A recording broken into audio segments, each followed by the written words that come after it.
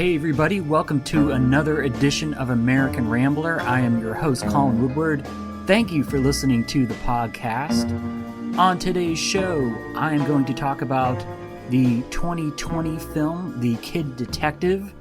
It is a crime, noir, comedy, drama, thriller to some degree. A kind of movie that is well within the detective genre, but also goes beyond it in the way 21st century postmodern movies tend to do. Kind of hard to categorize. But it is a really good movie, and in this time of COVID, where we're all kind of stuck at home, it's great to find these smaller, I don't want to diminish the movie, but it was a movie, it looks great, but it was made on a small budget and didn't make a whole lot of the box office, whatever that means anymore, because you can't really release movies and have a lot of people see them at the theater. So it is a modest movie in terms of its budget and what it did at the box office, but the performances are really good. It is a well-written, well-paced movie at about 100 minutes, not even, I don't think. The director is a guy named Evan Morgan, who I did a little bit of research on him. He appears to be from Toronto, went to film school there. This is his first feature film. Stars Adam Brody, who is from California, done a lot of television work, and has some other, pretty much unknown actors and actresses, but they all put in really good performances, and hopefully this will be a breakout for them. But it is a stellar movie and an impressive one for a guy doing a feature for his first time. So I think we're going to expect a lot of good things from Evan Morgan moving forward, and hopefully the actors will get some more work based on the strength of this film, which has 80% at Rotten Tomatoes, so it is got a fresh rating. And you can see the influences in this movie. It is a genre movie, but it also is very original in a lot of ways and carves out its own niche among indie movies of the 2020s, which have we're in our second year now of the 2020s. But here is another detective film in a long line of detective movies, and we all can recall a few of those movies if you're into film, either the private eye genre or the cop genre. Everyone from Sam Spade to Dirty Harry, detectives solving some pretty horrible crimes. So it is a well-worn movie tradition to have this kind of character, but Evan Morgan and his cast is able to put a new spin on it, a very entertaining movie. At the end of the day, it is very entertaining. That's what movies are supposed to be, but also kind of makes you think and also has some real emotional resonance. So a very good film, and I bring in Michael Scott of the Dana Buckler Show. He's co-host over there. He handles the 20th Century Movie Club. Michael has been on the podcast before. We've talked about movies. And he also has his own movie podcast, Adkins Undisputed, which he does with Scott Adkins. Mike is a big fan of him, and he was able to get him on the show. So some of those episodes, Scott is on there talking about his movies. So Mike, even though he's a lawyer, he obviously loves films and seems to have seen just about everything. So he can talk about them with enthusiasm, but also authority. And I don't think I've raised a movie that he hasn't seen yet. Maybe that's happened on Dana's podcast, but has not happened on mine yet. And I should tell you ahead of time, if you did not read the episode description on the podcast page, we go full on spoiler in this movie. So spoiler alert, there are a lot of spoilers. So I highly recommend you watch the movie first, or if you don't want to see the movie, maybe you'll enjoy this talk anyway.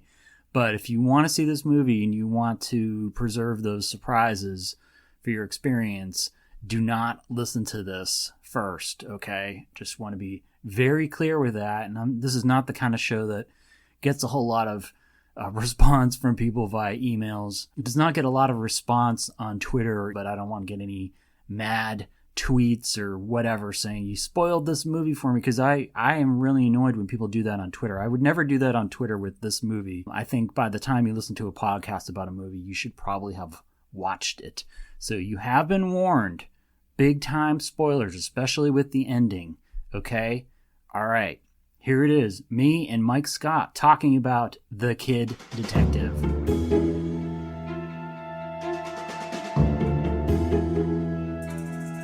How did you hear about this movie, Kid Detective? It had released, and I'd seen a couple reviews of it. My friend Matthew Essery, who writes for Video Culture, had done a review on it, and a couple of other people. And just on Twitter, there were a couple of people who had mentioned it was really not what you thought it was going to be.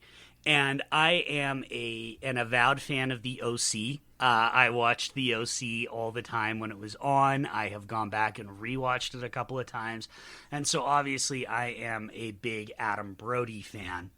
It's actually funny. My wife and I are rewatching Smallville, and I totally forgot he's the villain in a first season episode of Smallville. And was like, oh, whoa, it's Adam Brody. It's like an Adam Brody week this week for me, apparently. And I've always thought that he was a very good actor who was kind of just waiting for some of the right roles. You know, he's terrific in Shazam. He's just absolutely fantastic in that. And so I was like, okay, I'm going to check this out. So I jumped on Vudu, and it was the week it had been released. I jumped on Vudu. It was, $6.99 or whatever to rent. So I rented it. It started off kind of exactly what I expected, which was a, witty sort of meta thing. And then it did not go where I thought it was going. Yeah. Well, that's interesting. You knew Adam Brody because he looked familiar to me, but I looked him up and I don't think I had seen him in much of anything, but I didn't watch the OC. That was kind of like a soap opera kind of thing, right? That was on Fox, maybe? Is that where it was? Yeah, it was on Fox. It was on Fox. It was kind of a modern update to Beverly Hills 90210, although I think far smarter than people give it credit for. In fact, I'll actually shout out for people who like YouTube video essayists. Patrick H. Willems is, I think, one of the best in the business, and he a couple weeks ago did a video on the OC that I think is just absolutely terrific and will probably very likely, convince you. If you watch that video, you will probably want to turn around and dive right into watching the OC. Yeah, I guess I was coming into this movie pretty fresh because I hadn't heard anything about it until you mentioned something online and you wanted to talk about it, and I didn't really know what to expect other than the obvious. It's about a detective and a younger fellow, but I should say,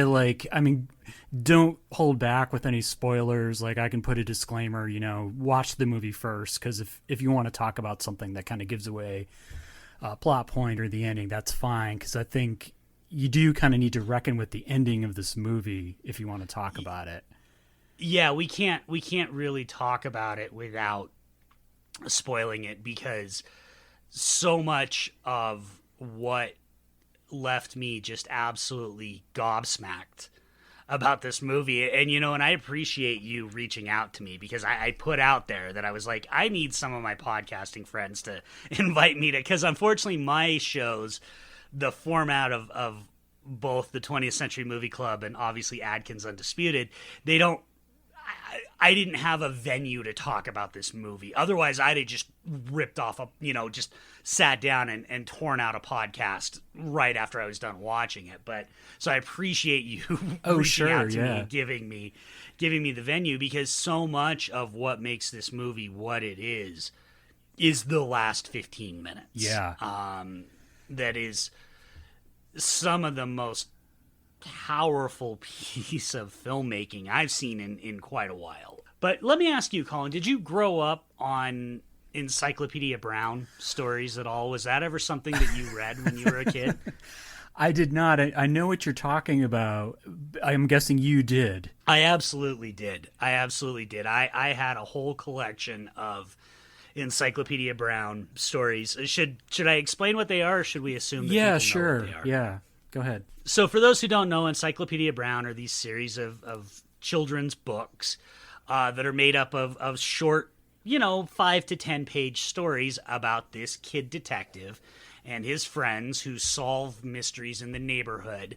And one of the really fun interactive things about them is that they would be you'd get to the end of the story and it would sort of leave you with a prompt of, can you figure out what happened?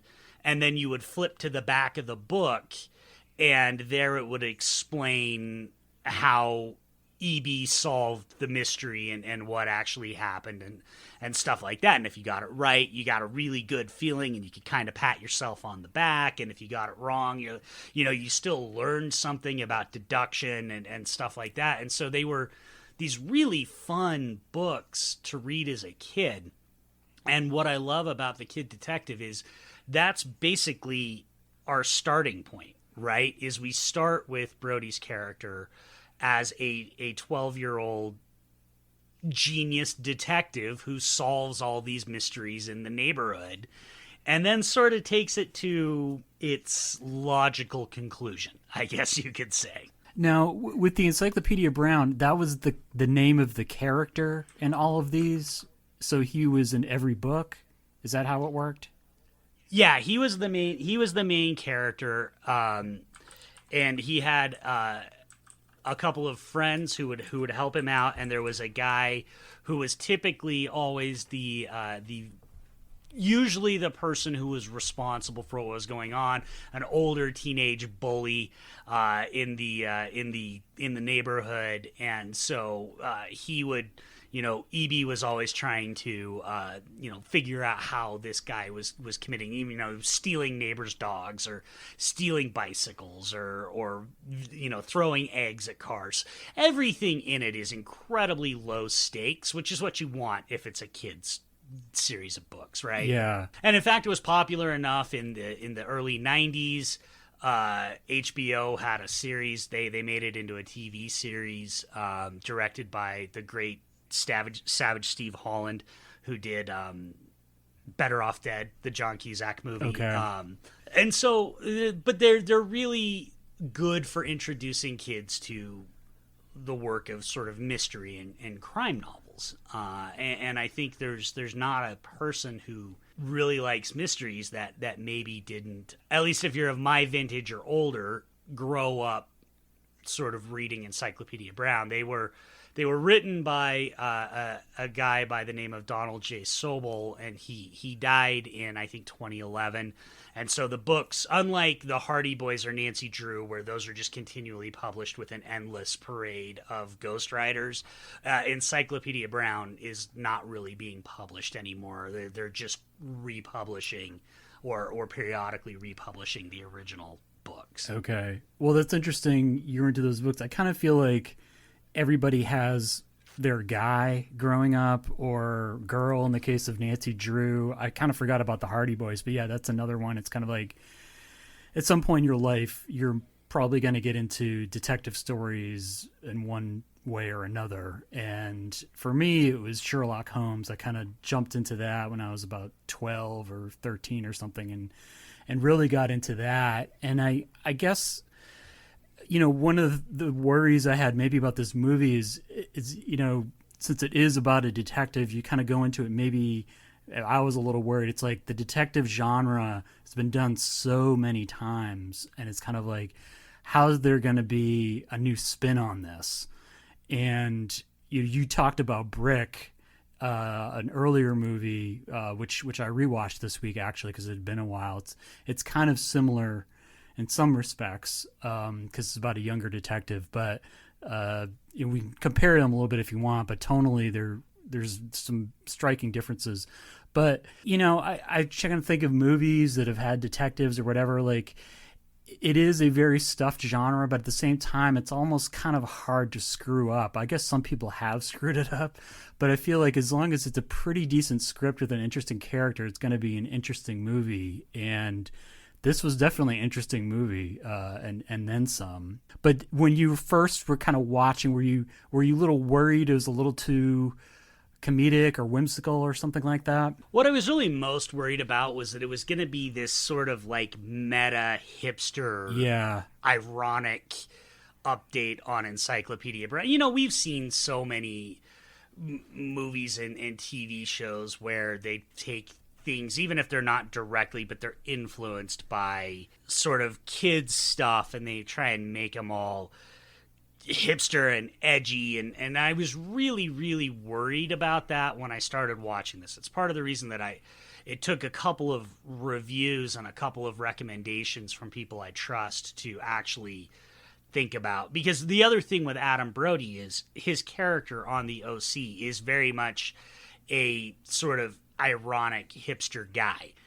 He's got a lot of heart in the show. I'm not doing him justice, but that is easily the type of role that Brody could be typecast in. And so there was a lot of concern for me. It didn't take very long for me to get over that here, because the movie's not really doing that. The movie's using this sort of Encyclopedia Brown homage as a launching point. But one of the things that I think that this does really well is, honestly, the mystery isn't that interesting.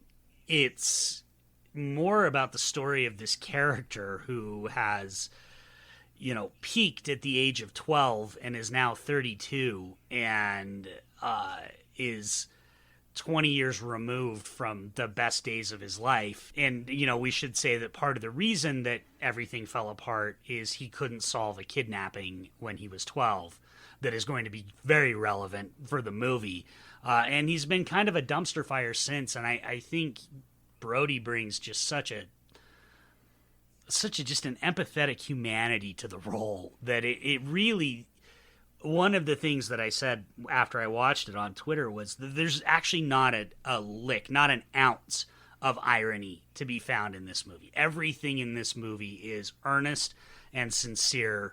At least I feel like completely sincere through and through. And that makes all the difference in the world when you're trying to do something like this. Yeah, no, I think you're right. And what I liked about it, it was pretty understated. I think, there's a lot of humor in it, and the humor is pretty strong, but it's not hitting you over the head with anything. And it comes out of the characters, I think, like you said. This movie succeeds or fails based on Adam Brody's performance and his character. The way I think probably every detective movie, it is kind of about the detective himself and not necessarily the plot. Because if you watch older movies like I don't know, the Long Goodbye or something like that, like you don't really remember the plot. You just kind of remember the performances and the setting and stuff like that. So here, yeah, he has to be kind of the center point.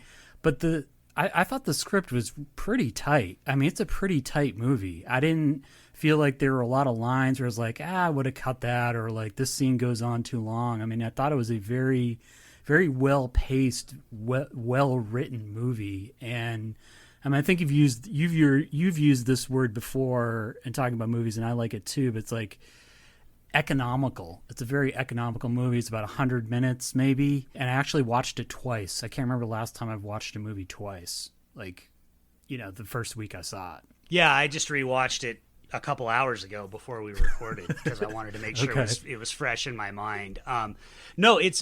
First of all, I love that you brought up The Long Goodbye, because to me there's no question that The Long Goodbye was the director of this. The writer-director is named Evan Morgan, and there is no question in my mind that The Long Goodbye was a heavy influence on him when he was writing this and creating this, because The Long Goodbye kind of does the same thing, right? It takes Philip Marlowe, a long-standing detective character, a well-known detective character, and puts him in an entirely different environment that could lend itself to, again, a bunch of hipster, ironic detachment, but doesn't instead. It treats everything about it seriously. It plays it straight. And that's what's so important when you're doing a movie like this, or Brick, or if you've ever seen Zero Effect, Jake Kasdan's movie.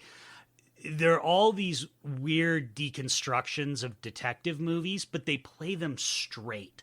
And so they work like gangbusters. If they put even a wink, could you imagine this movie with somebody like Will Ferrell or Pete Davidson, just yeah. I mean, it would be a nightmare, because to do something like this, there's a very, very thin line that you have to walk, and everybody has to be completely invested in it, and everybody has to be completely willing to not do a bunch of nudge, nudge, wink, wink, see how clever we are. And I know that's a criticism that a lot of people actually have about Brick. I don't share that criticism, but I can see how people could have that criticism of Brick. But I think all of them, they play it all straight, and that's what really needs to be done. And like you said, this one, it gets in and gets out. There's a scene where Brody's character, Abe, where he spirals down, he goes on a bender, and in lesser hands, they really could have spent a lot of time on that, to the point that you're just like, we get it, he's a mess. But we get just enough of that we get where he's at, and then it immediately gets into him sort of pulling himself back out of it and putting his big boy pants on and going, and going to work. So yeah, it's in and out, and frankly, given the themes that this movie deals with, if it was any longer, it would actually be kind of unpleasant. Yeah, it gets pretty dark toward the end, but for probably the first 3/4, like you said, the last 15 minutes is when it really kind of punches you in the gut. But up until then, I mean, it is a very kind of understated, well-paced comedy. But you're right, I think the casting is crucial, and the director, Evan Morgan, I wasn't able to find much about him. Did you find anything? I couldn't even find out where he was from. No, I haven't been able to find out much about him either. I believe it is his first feature, and unfortunately, it's a fairly it got a fairly limited release, and so there hasn't been a lot of interviews or press about it. I will say one thing that was very cool is when I tweeted about it, Adam Brody liked my tweet. Oh, so cool. hopefully he will like this podcast. Yeah. Which I appreciated the hustle that he's out there on Twitter, liking tweets for a project that he very clearly, is proud of and believes in. Yeah. Well, it's one of those movies, in COVID, it's kind of a dual-edged sword with this movie, because it didn't make really any box office because they couldn't really release it. But at the same time, people are home and they're looking for something good to watch. So it might, generate some buzz. I don't know how much money it's going to make. And it looks like it was, shot for a pretty slim budget.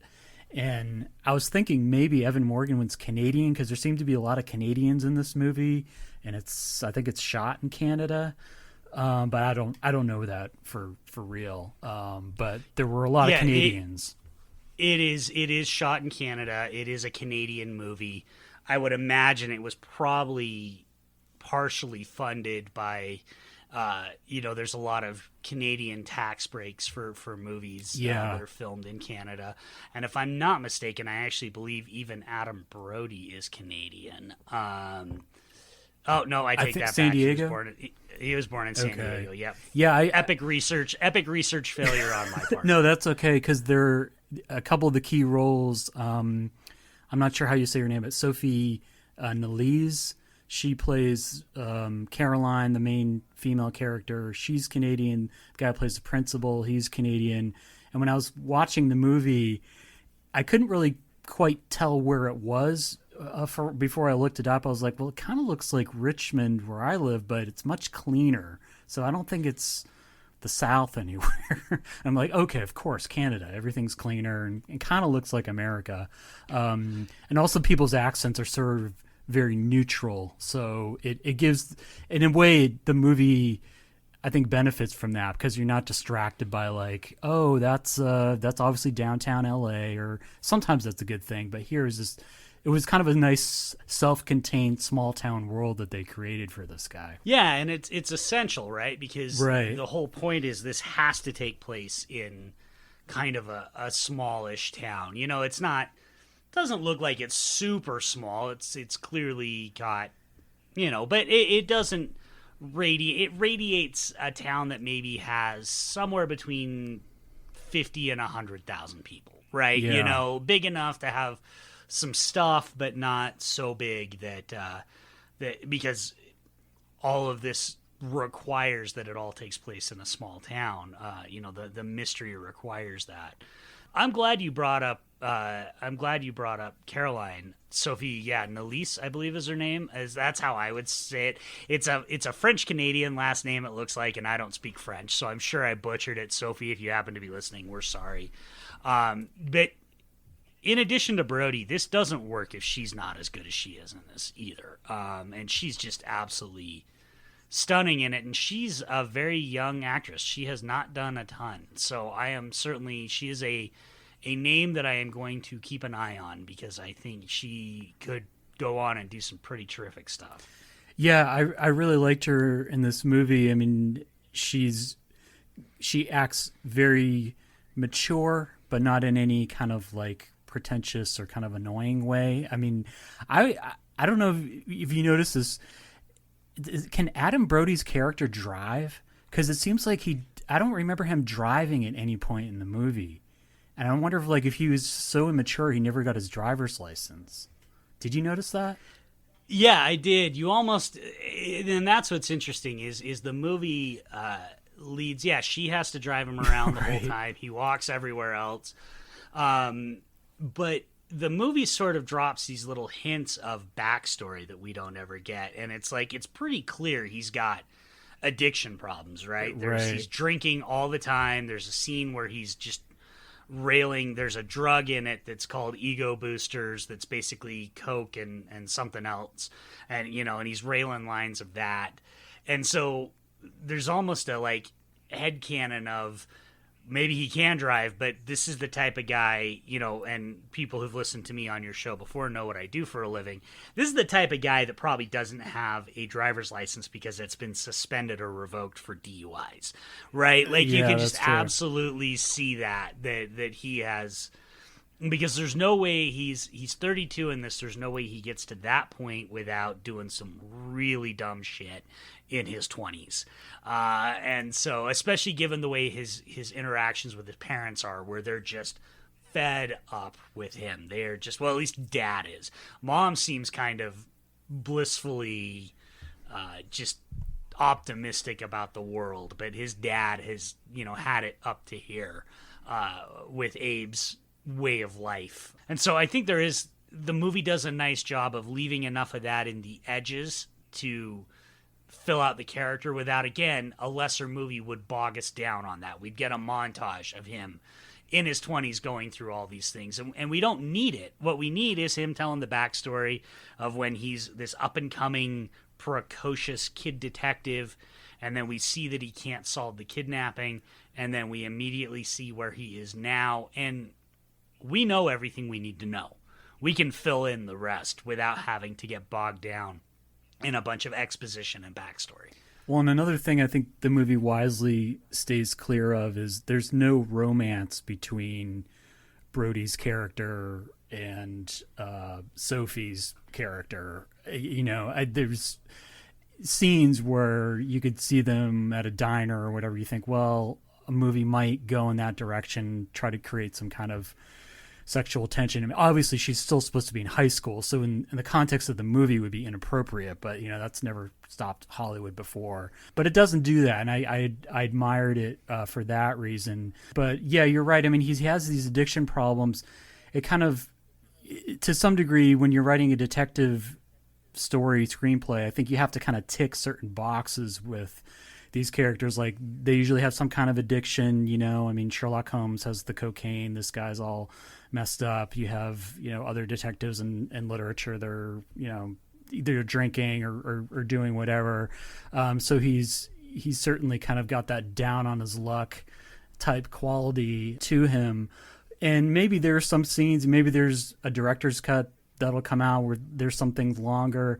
But I think the movie wisely just doesn't over-explain everything, and some scenes are just kind of, they leave you wondering a little. Like when he wakes up in the garbage dumpster and he doesn't have any clothes on, you're like, wow, that must have been a pretty rough night he had. But it doesn't really fill that all in for you. I mean, you kind of get the point, and then it kind of moves on. So it's funny, but it doesn't doesn't overstay its welcome at all. You don't even really know what happened. So I like that. Again, it's a screenplay that just certainly takes a less is more approach with all this material and building the characters. Who among us, Colin, hasn't woken up naked in a dumpster? Maybe you've had some clients that have woken up in a dumpster or two.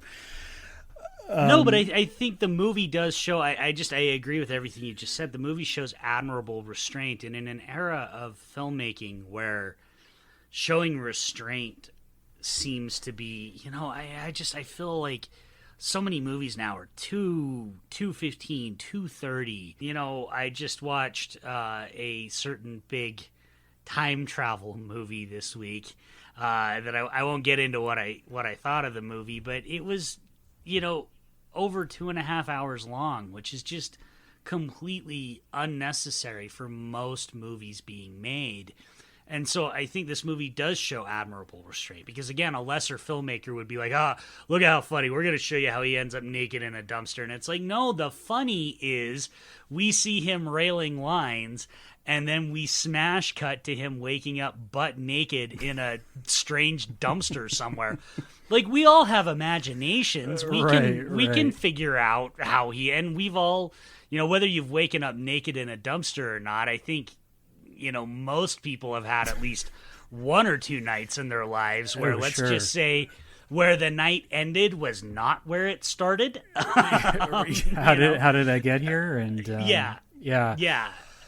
And another thing it doesn't do is it doesn't back explain it, and it doesn't have him in the police station, and he's in the cell. That does happen eventually. He does get arrested at one point in this movie, and I won't give away this because I think that was a very funny scene. But yeah, I think it was a really, they say editing is kind of the heart of movie making.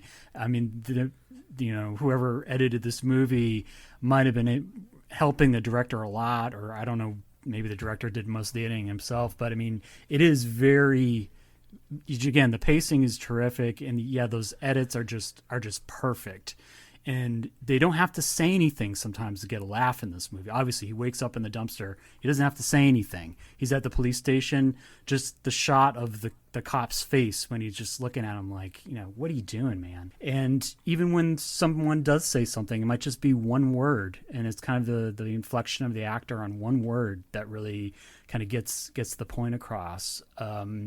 So, this is kind of a movie. I know Evan Morgan, he's not directed a lot, but I mean, this is almost the kind of screenplay I think would be good to teach in a class in terms of just doing things very efficiently throughout is really terrific.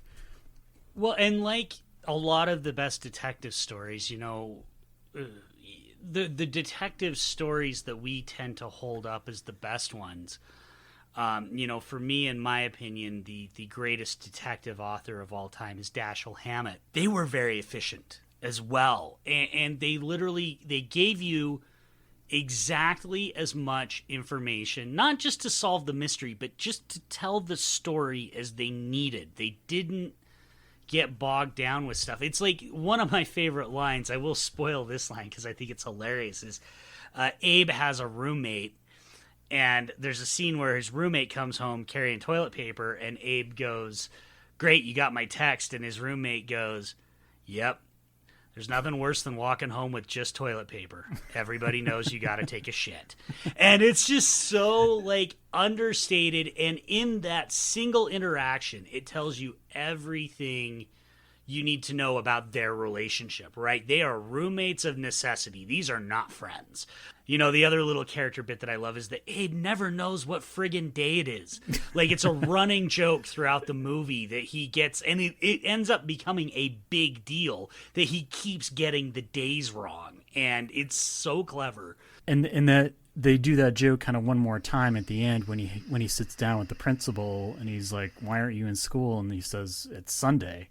And so we kind of start with a laugh, but then the scene gets gradually darker and darker. The best detective stories, really the best stories, everything matters.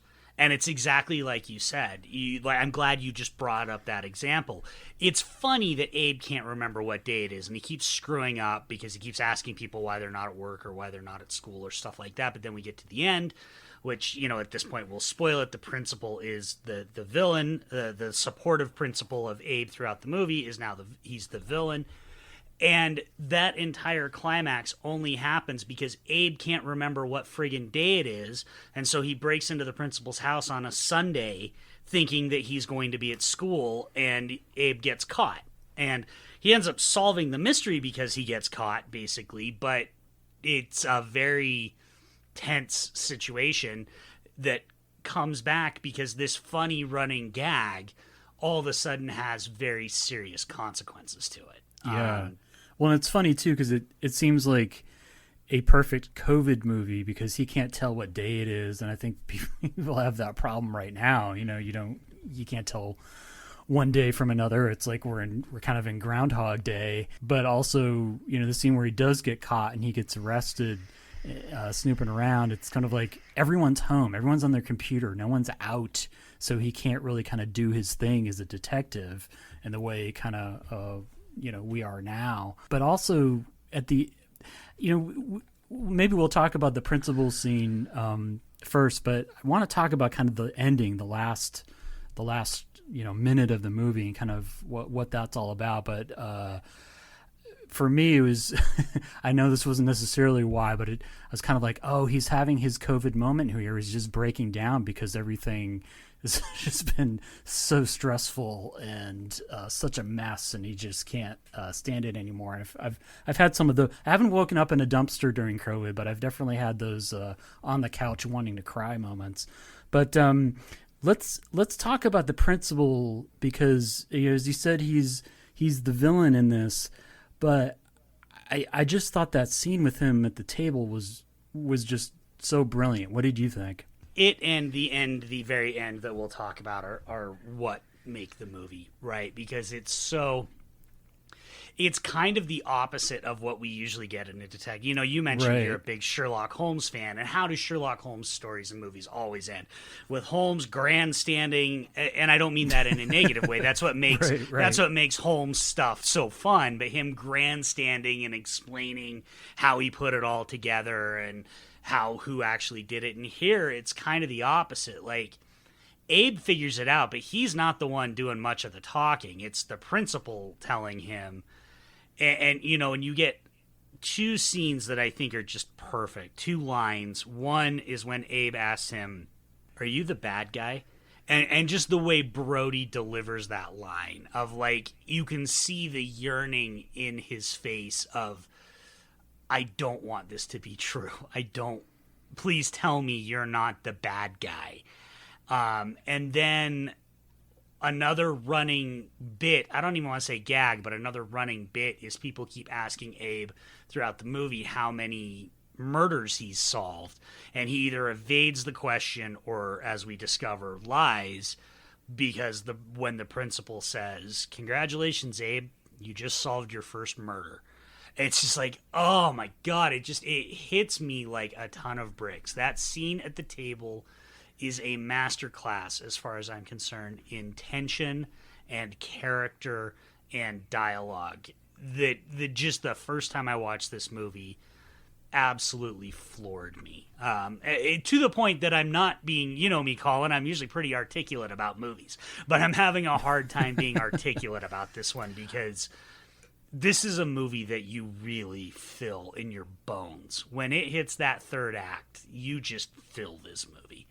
Yeah, oh, for sure. And I should mention the actor who plays the principal is a guy named Peter McNeil, who's one of the Canadians in this movie. And again, I think what's great about the scene is how understated it is because, yeah, I mean, even the Sherlock Holmes stories and a million other detective stories, there's some kind of shootout or there's a chase or whatever. There's a very kind of dramatic reveal or whatever it is, conclusion. But this is just like, it's kind of more of a Hannibal Lecter kind of encounter. Not that creepy. The principal doesn't raise his voice, and he just has that very chilling line. He pulls out the knife and he kind of says, Brody's character says, I'm not scared of you. And the principal says, no one is.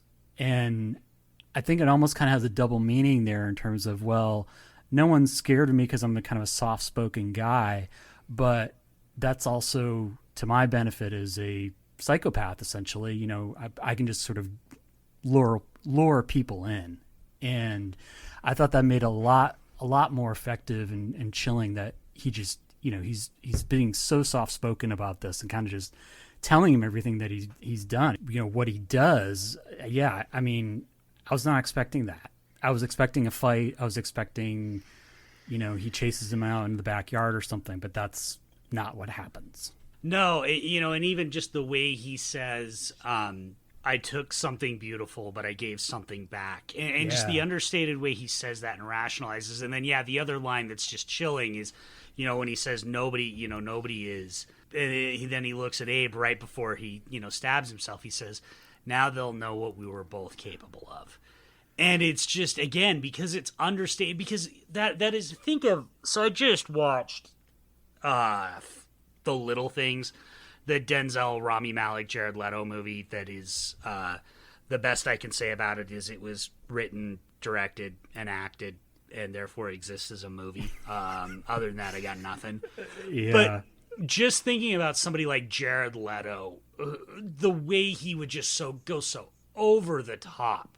Well, now they know what we're both capable of, you know? And this isn't, like, the way Principal Ellis is saying it, or Irwin is saying, there's evil and resignation. You know, like, he has zero regrets for what he's done, but he's also resigned to the fact that Abe has, in fact, solved the mystery and has, in fact, busted him, and there's no way out for him. And so it's just it's a bone-chilling delivery, because you feel both of those things as he's talking to Abe. And you really don't know. You know, like you said, I was expecting some sort of fight. I was expecting, even if it would have been kind of a minor fight, because this isn't the type of movie where they're going to do like a big knockdown brawl, but I certainly expected him to try and kill Abe. And nope. The movie doesn't go that way at all, and isn't interested in going that way, because what you realize is this movie has a lot more on its mind about innocence and the loss of innocence and the way adults take away things from children and stuff like that just wouldn't have been served by there being some big showdown here at the end of this movie. That scene at the kitchen table is what took this from like a really rock solid 3.5 star movie for me to an absolutely must watch. Will recommend to anybody that's willing to listen, literally begging my friends to let me come on their podcast to talk about it. 4-star fantastic movie. Yeah, no, I agree. That definitely puts it over the top, and yet we're still not done, because the principal, you know, essentially commits Harry Carey, and then Abe goes to the fridge to get a beer, and he sees the soda bottles in the fridge, and then he looks into the backyard and sees the shed, and then we have another reveal that he finds the girl who'd been missing forever.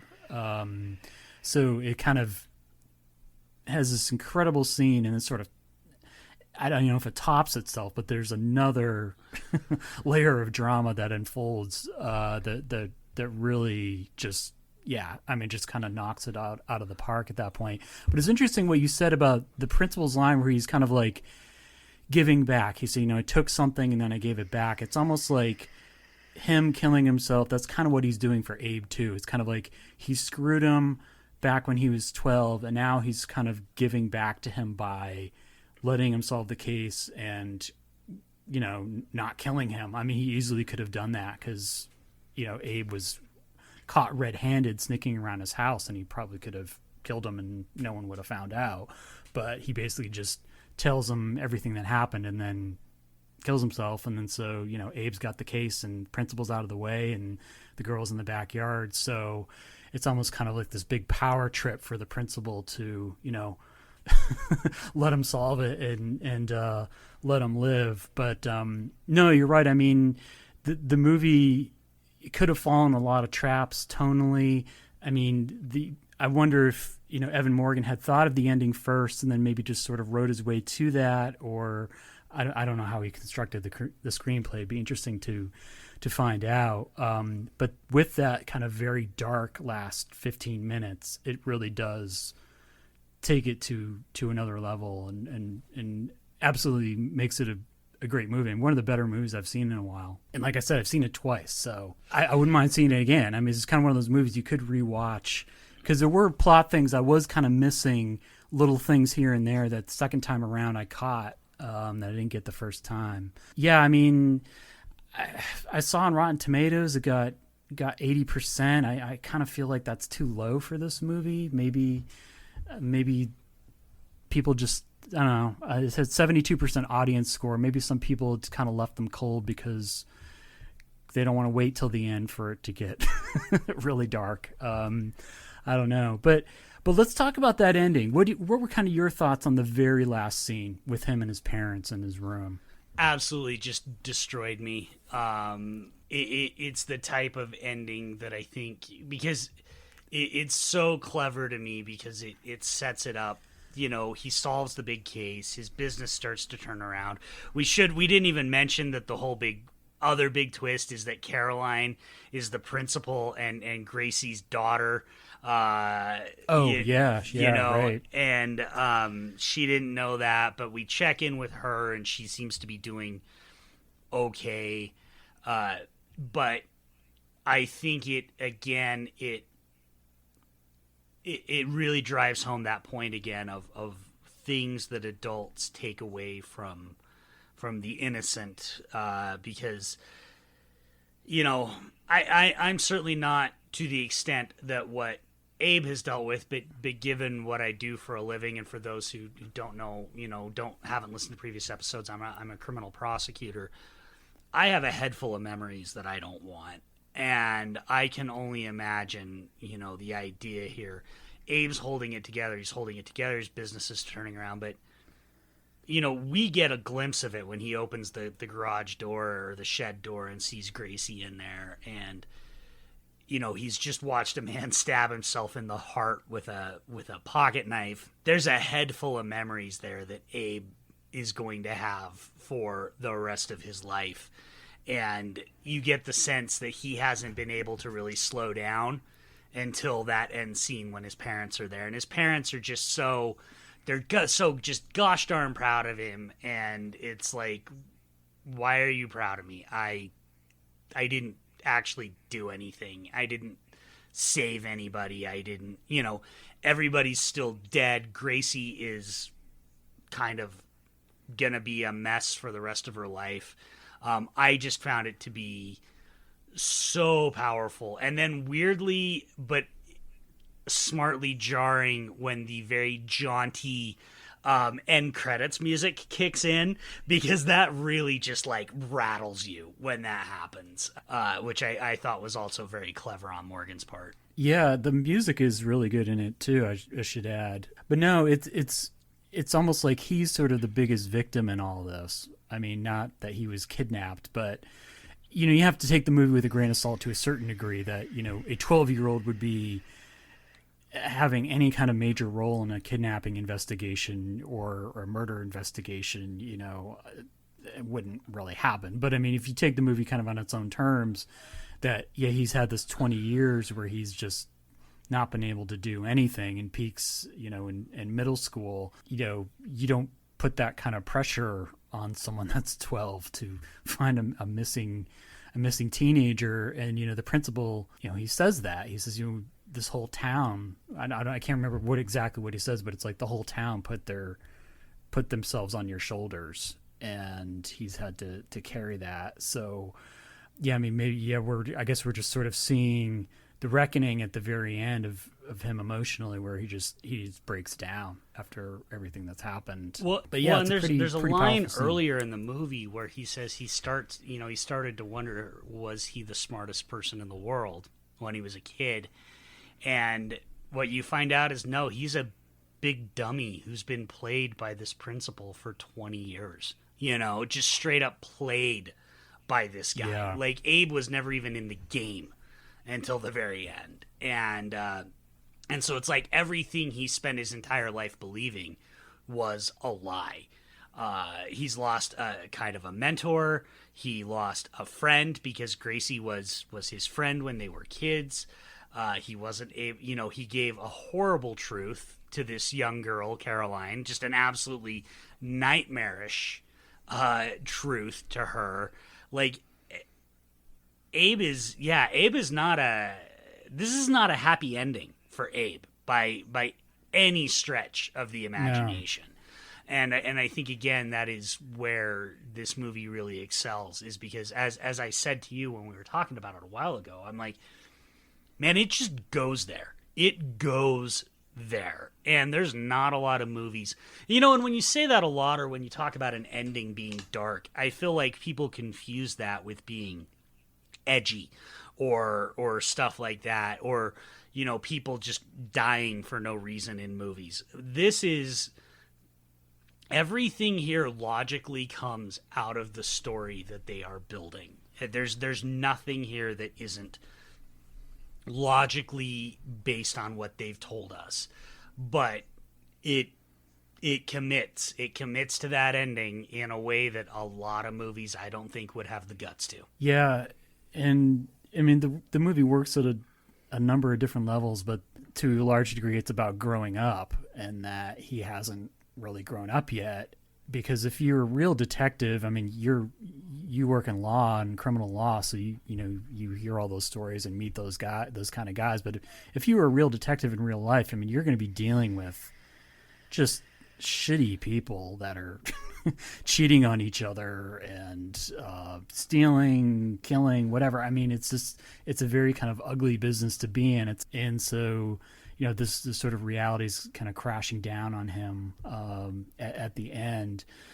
And having watched Brick again, this would be a really great double feature, I think, if you watch these two movies together. Have you rewatched Brick not super recently. I rewatched it about a year ago. I was actually gonna rewatch it because my wife has never seen it, but we haven't had the time quite yet. But I've seen Brick several times, so I have a very clear memory of it, because I had very similar feelings about Brick when I first saw it. It's a movie that goes there. It's a movie that commits to the story that it's trying to tell and is uninterested in softening the blows or backing out at the last minute. Yeah.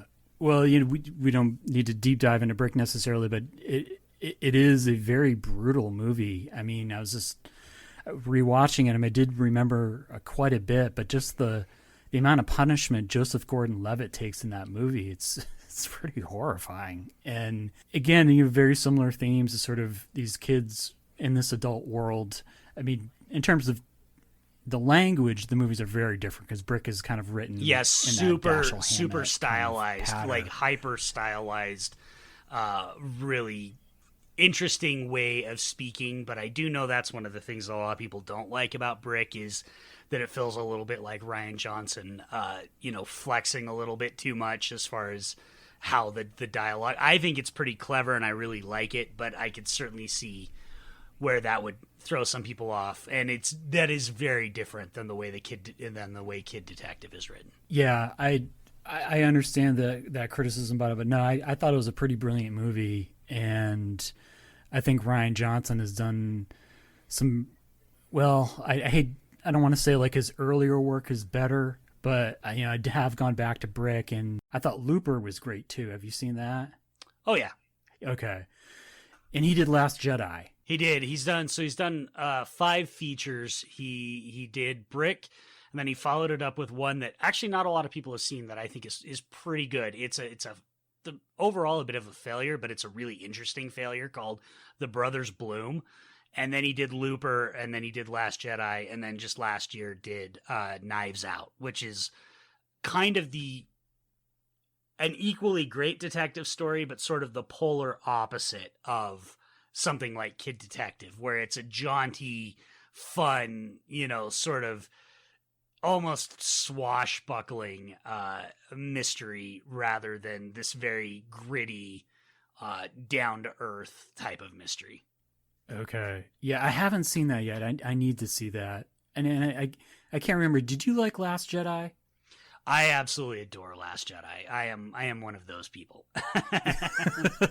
Well, everyone kind of has their Star Wars sequel, I guess. And I know you guys have talked a lot about it on Dana's podcast, the Star Wars movies, but I've heard from so many different people I can't keep it straight, like who liked which one. It seems like people would like one and they hate the next, and they like the next one. Now I hear they're remaking the sequels. Is that happening? I don't want to get your podcast swarmed by a bunch of Star Wars idiots, but no, there's an entire cottage industry of idiots who continually post completely made up shit about Star Wars, and it gains traction for some reason. No, they're not remaking the sequels. It's not happening. Everybody is fine with the sequels as far as what they got. Like, it's just, no. I'll leave it at that. Okay. It seemed a little far-fetched when I heard it, but we'll just keep remaking stuff, and especially with The Mandalorian being a success, I thought maybe, they're just going to keep cranking out more Star Wars stuff. It's never going to end. But I don't know why they would remake the sequels necessarily. Yeah, but I wouldn't worry about Star Wars haters. I don't think I have any that would be listening here. Probably not a lot of crossover between history podcasts and incels who live in their parents' basements. Probably, I would imagine not. Yeah, and Kid Detective, I think it's a very accessible movie, but also I think it's a pretty niche movie. I mean, this is not a big movie by any stretch of the imagination, but I think, if you're a film buff, I think there's a lot to really like in this movie. And again, I think watching it with Brick would be really interesting. Maybe watch Kid Detective first, because I don't know, Brick almost makes you kind of, well, I guess both of these movies will make you a little queasy in certain ways. I think Kid Detective is a little bit more emotional, but Brick is brutal, man. Brick is brutal, but I also think that Brick has an energy to it because of that dialogue, because of the pace. I always am very emotionally affected by Brick, but I'm also a little jazzed after I watch it, like, again, not to get into a deep dive, but there's the scene where Joseph Gordon-Levitt smacks Noah Sagan and not Noah Sagan, but smacks the drug dealers, and he's like, I'm sober and I've had a full night of sleep. Which one of you hopheads thinks you can take me? There's an energy to Brick that there isn't, because so much of like we've talked about, so much of Kid Detective relies on it being understated. I'm not saying that it's boring, because it's damn sure not. But there is I don't know if you're picking up me snapping my fingers to Brick, that there just isn't to Kid Detective. So I would recommend watching Kid Detective first and then following it up with Brick, because I think the energy of Brick can pull you out of where, like, even today, rewatching Kid Detective, I had seen it. I knew where it was going. And still, after I got done watching it, I literally just sat here on my couch for about 10 minutes, just sitting, just being with the movie and kind of decompressing from the ending of that movie. And I don't do that with Brick, because I think if you were to just go from Kid Detective into Brick, it would power you up just a little bit, even though it is a brutal movie and also has an ending that is just a straight nut punch. It's not as much of a nut punch as I think the ending of this movie is. Yeah, there's definitely a different Brick. It's almost kind of like you're exhausted and you kind of want it to end. But Kid Detective, it's sort of, you're not really sure what's going to happen at the very end. But you're right, when it does finally end, you just kind of have to sit with it for a little bit. And yeah, that doesn't happen a lot with movies anymore. And I mean, this movie just sort of ticks all the boxes for me. I mean, it's entertaining, it's funny, it's got good performances, it's got a twist, and I know, again, that can be very tricky business sometimes with a twist ending, if you want to call it that. but it's more clever and satisfying than I would have expected. And I think we both agree. I mean, the very ending scene, he didn't need to put that in. They could have just probably ended, he's talking to the reporters or whatever, and then, credits roll. But he has to kind of, the director wants that last gut punch. And most movies, you don't see male characters do that. How often do you see male characters act that way at the end of a movie? Ever? I mean, you got your Good Will Huntings, but I mean, yeah, it's very few and far between, and I think that's one of the other really clever things is Adam Brody's made a career out of being sort of anti-toxic masculinity.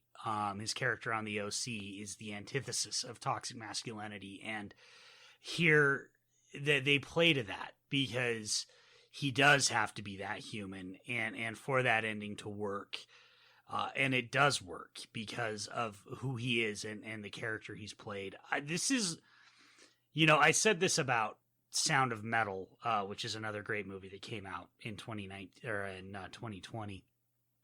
And I think it applies to this one too. It's the type of movie that reminds you why you like movies in the first place. I think a good portion of that is because of Brody. I don't know. This is one of those performances and one of those roles where now that I've seen the movie twice, I literally cannot picture anybody else starring in this movie. And so, yeah, it's one that hopefully people, and I know I've met some people through your podcast. I know kind of your listenership. I do think it is a movie that the people that listen to your show would like quite a bit. No, I mean, I think, people are always worried about the end of movies or whatever, that they're going to stop making movies like this. But, here we are, Brick 2005, Kid Detective 2020, very similar movies in a lot of ways, but, obviously very different. So it's reassuring to see this kind of movie get made on, obviously a pretty small budget. But no, I mean, it really is about Adam Brody's performance here, and he is able to play younger than he is. I mean, I think he's playing guys, 31, 32. He's a little older than that. So he's youthful. But I think, you've talked about his experience. So there's a lot he's sort of downloading maybe into this character and other characters that he's played. And this isn't like his first movie or anything. So he's a seasoned guy, and you this could have gotten really screwed up, but I guess good movies, they sort of exist in a state of grace, right? Just everything sort of clicks here. Yeah, I mean, there are 1,000 different ways this thing could be insufferable. And yeah, and they avoid all of them. And I like that they sort of exist in a state of grace, because that can be true. That's true for, just a lot of great movies, that there are so many that there's 1,000 different ways they could go wrong.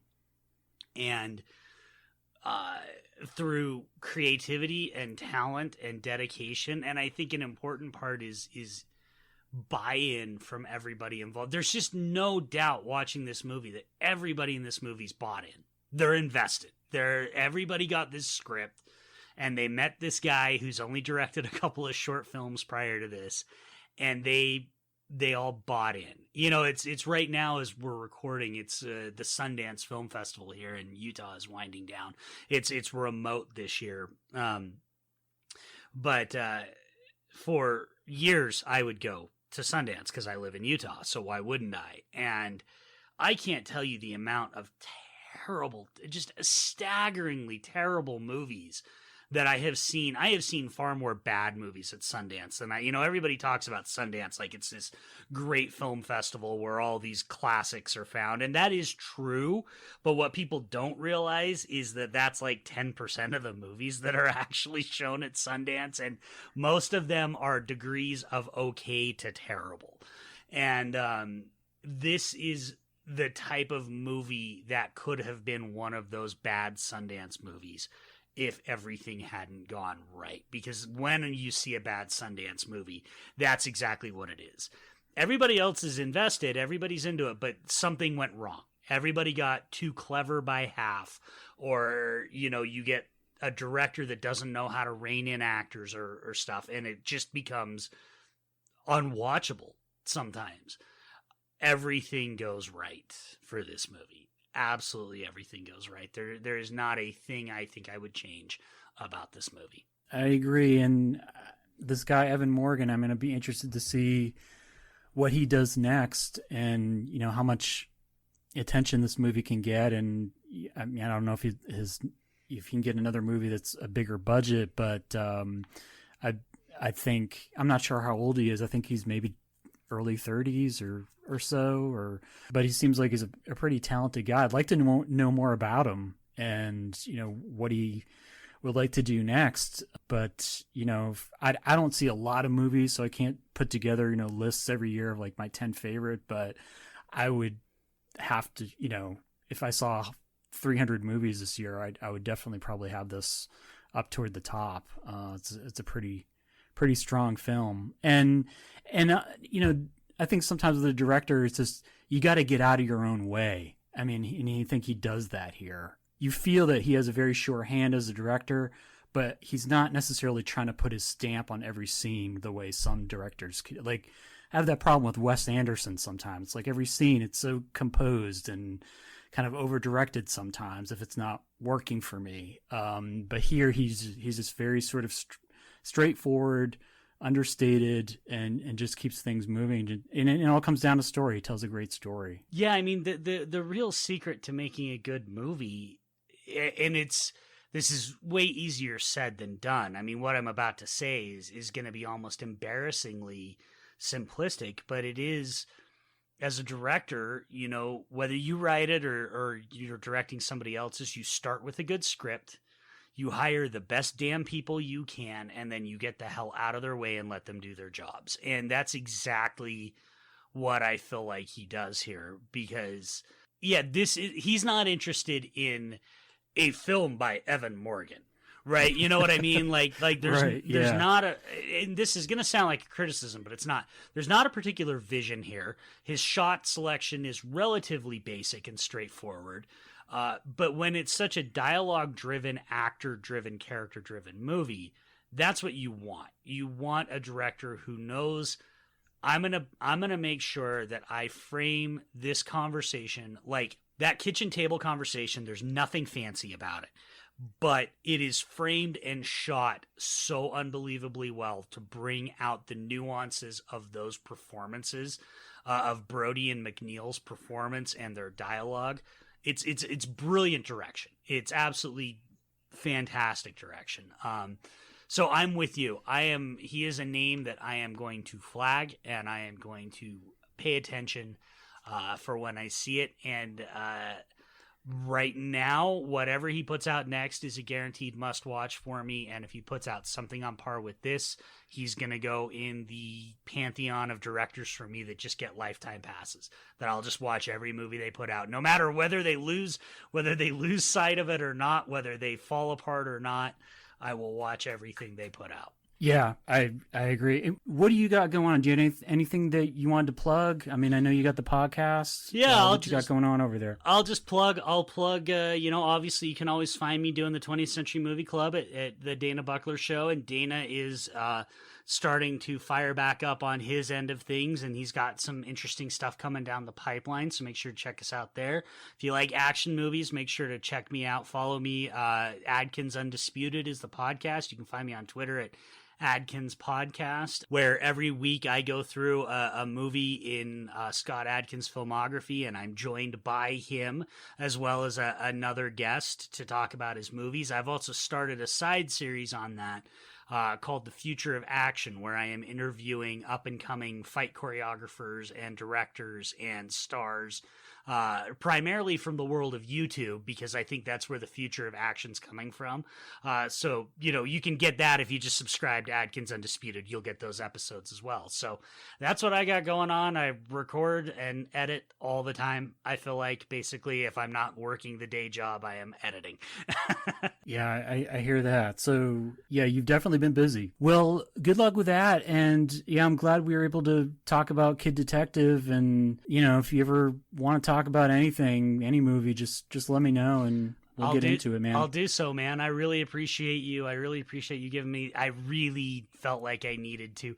I don't think I said anything profound, but this was just a movie that I felt so strongly about that I really wanted to talk about it and kind of process it a little bit. I mean, so I really appreciate you giving me the opportunity to do that. Yeah, no, that's good. And when I initially saw you online saying that, I was kind of like, well, this must be a pretty heavy movie. And, we've talked about it, but, yeah, no, I think it's just, back in the day when you used to go to the movies on the ride home, you'd talk about, or you grab something to eat afterwards with your friends and talk about the movie. And it's, we can't really do that right now. So no, I think this is definitely a movie that needs to be discussed at some level afterwards. So I'm glad we were able to do that. Thank you, brother. I appreciate it. All right, that was my talk with Michael Scott about The Kid Detective. Hope you enjoyed that. Check out the movie, which you can rent on Amazon. It's like a real rental. I think it might be $5 or even $6, but definitely worth it. I watched it twice before my bullshit 48-hour rental expired, so it is a movie that stands up to repeat viewing, and I would gladly watch it again. So check out this movie, directed by Evan Morgan, starring Adam Brody, Sophie Nélisse, and Peter McNeil as the principal. Some really good understated performances and a very worthwhile, entertaining movie. So check that out. You can check out Michael Scott at the Dana Buckler Show, a great movie podcast, and Mike usually takes the duties of the 20th Century Movie Club, where he has guests on talking about 6 great movies from the 20th century in a particular genre. And I have been on there talking about war movies, so Dana and Mike have a variety of people talking about all kinds of movies, from musicals to dystopian films to baseball movies. An interesting mix of genres and guests on the program. You never really know what to expect with that show. So great podcast. Check him out there. And also on his own podcast, Adkins Undisputed, about the great action star Scott Adkins. All right, well, this has been American Rambler. I've put in some plugs. I'm going to avoid plugging my own stuff this week and just say check out The Kid Detective, and hopefully Michael will be back soon, or Dana, to talk about movies. This is a history show much of the time, but I am also open to doing pop culture. It's a history and pop culture show, and I don't get enough pop culture, so always good to have Michael on, and anyone else who wants to talk about film. I would gladly do that if it's a movie worth talking about, and The Kid Detective is certainly a movie worth talking about. All right, I will be talking with you soon. Take care. Bye.